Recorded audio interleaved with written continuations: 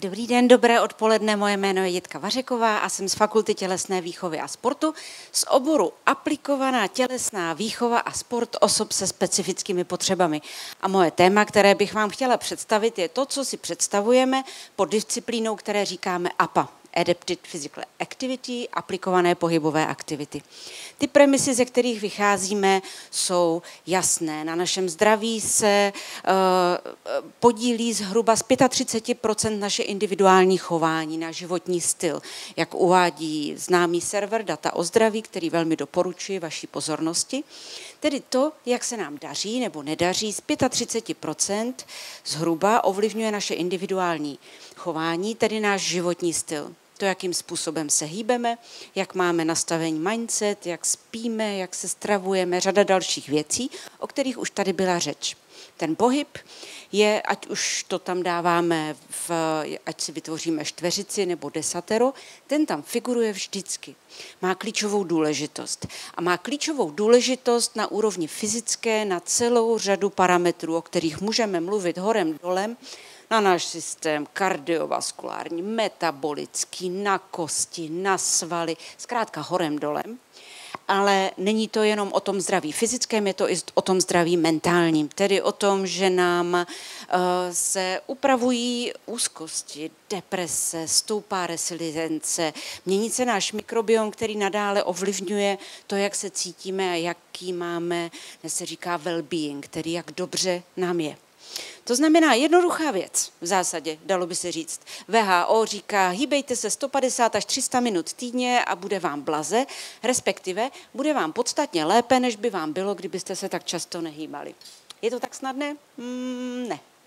Protože nám to nejde, nechce se nám a čím víc máme nějakých limitů, nějakých potíží, tím více bychom na jednu stranu benefitovali z toho pohybu a na druhou stranu těch překážek přibývá. A opět fyzických, psychických, sociálních, organizačních, finančních, všelijakých, technických, architektonických. Horem dolem bychom o nich mohli mluvit a my si musíme uvědomit, že to má esenciální důležitost se hýbat a my musíme přemýšlet o tom, jak na to. A právě tím se zabývá obor aplikované pohybové aktivity, ta APA. APA, Adapted Physical Activity, termín poprvé použitý v roce 1954 Danielsem, je definována jako nějaká multidisciplinární disciplína, která se zabývá plánováním, realizací, výzkumem, hodnocením pohybových programů pro osoby, které mají určité znevýhodnění, a to primárně z hlediska zdravotního, ale také sociálního nebo různého jiného, tedy různé překážky, negativní faktory na straně toho jedince. Tento obor může působit v kontextu zdravotnictví, školství, volnočasu, ale i jinde. Tedy uvědomujeme si, že přijde-li znevýhodnění, přijde-li handicap, přijde-li zdravotní postižení, pohyb nám zůstává stále jako imperativ, jako něco, co je neodmyslitelnou částí kvality života a my hledáme možnost, jak ho dosáhnout. Takové základní paradigma APA je přemýšlej, jak to uspůsobit, jak změnit space, možná upravíš hřiště, zkrátíš vzdálenost, něco prodloužíš, jak změnit task, může se ten míč odrazit dvakrát, může se ten míč kutálet,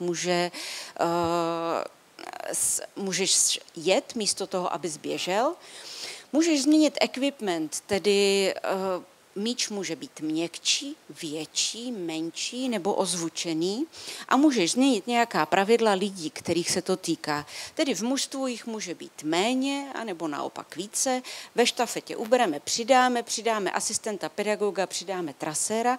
Zkrátka hrajeme si s tím faktorem lidským. Ale cílem je, aby ten pohyb běžel. A aby ten pohyb běžel na straně toho jedince, aby ten pohyb běžel všude kolem něj a ten jedinec, aby byl jeho součástí. APU rozlišujeme ve 4 základních hlavních kontextech. Je to APA ve školství, zdravotnictví, je to APA ve vrcholovém parasportu a je to APA ve volnočasovém parasportu.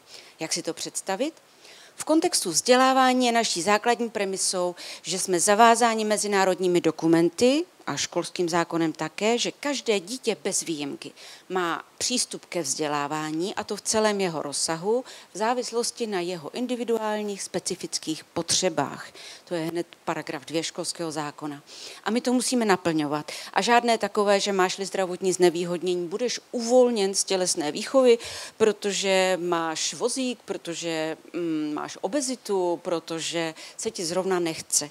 Je tam zákonem dané právo na pohyb a ta škola se má snažit a my všichni se máme snažit, aby ty metodiky, aby ty bariéry, aby vše bylo upravováno tak, aby to šlo.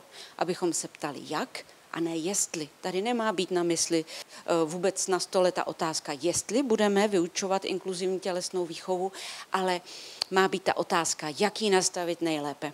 Takže tohle je naše jedno téma, kdy jednáme, jak umíme. Druhá je APA v kontextu zdraví, tedy Health Enhancing Physical Activity, kdy jsou pohybové programy aplikovány buď v organizacích, které navazují přímo na zdravotnictví, tedy v rehabilitační sféře, v lázních, anebo v nějakých organizacích následné péče, v pacientských organizacích, tak, aby ty pohybové programy přímo zohlednily potřeby té specifické skupiny. Máme spolupráci vzácnou a cennou s Centrem Paraple, ale také například s Nautisem pro děti s poruchami autistického spektra. Pracujeme s lidmi s roztroušenou sklerózou a snažíme se s asociací muskulárních dystrofiků a navazujeme ta témata tam, kde dosáhneme. Parasport. Fandíme dneska paralympionikům, blahopřejeme ke všem skvělým medailím. Skvělá část, kdy ten sport naplňuje nějaké možnosti seberealizace, na které má opět, respektujeme to, že na ně má právo každý. Je to otázka rostoucí resilience, odolnosti, když můžu se z hlediska sociálních, ale i psychologických a fyziologických věnovat tomu vrcholovému sportu a zažívat to, co patří k té energii, kterou se sportem máme spojenou. Čtvrtá oblast APA je APA v kontextu volnočasového pohybu, tedy v kontextu volnočasového pohybu nechci soutěžit, ale ten hlavní benefit pro mě je, že se rád sám hýbu nebo hýbu se společně s přáteli, má možnost se setkávat, má možnost naplňovat tyhle své potřeby a pomáhá mi to dodat nějakou energii, kterou potom zohledním třeba v profesi, v navazování rodinného života a tak dále. Jak to u nás s APou vypadá? 30 let máme na 2 fakultách v České republice obory čistě zaměřené na APA. Je to na FTK v Olomouci a na FTVS v Praze. Tato obě pracoviště úzce spolupracují, ty obory tam vznikaly paralelně, v podstatě ruku v ruce a dodnes funguje velmi úzká spolupráce. Vyměňujeme si metodické materiály, spolu organizujeme konference a snažíme se tlačit ta témata společně tak, jak můžeme.